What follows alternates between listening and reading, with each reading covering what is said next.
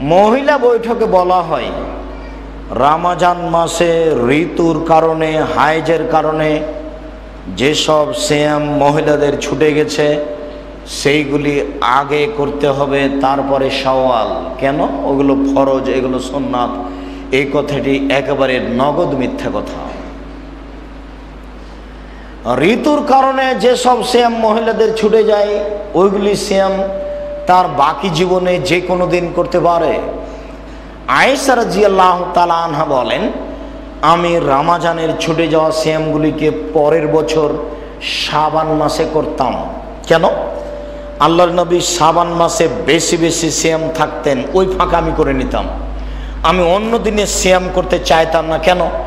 রাসূল সাল্লাল্লাহু আলাইহি সাল্লাম যদি দিনে আমাকে প্রয়োজন মনে করেন, আমাকে তিনি ডাকবেন আর আমি বলবো সিয়াম আছে, এই কথা আমি বলতে চাই না। যার কারণে আমি নফল সিয়াম থাকতাম না। যেগুলো আমার ছুটে গেছে সেগুলো আমি ফরজ পালন করতাম না 10 মাস, ওগুলো রেখে দিয়েছি, এই শাবানের জন্য জমা রেখেছি। শাবান যেদিন আসবে সেদিন করব। অতএব মহিলাদের পক্ষ থেকে এই সিদ্ধান্ত ভুল।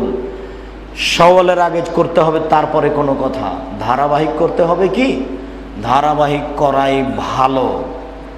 যদি 2-1 দিন ছুটে গিয়ে হয়, 2 দিন পর পর হয়, 1 দিন পর পর হয়, তাতে আসে যায় না।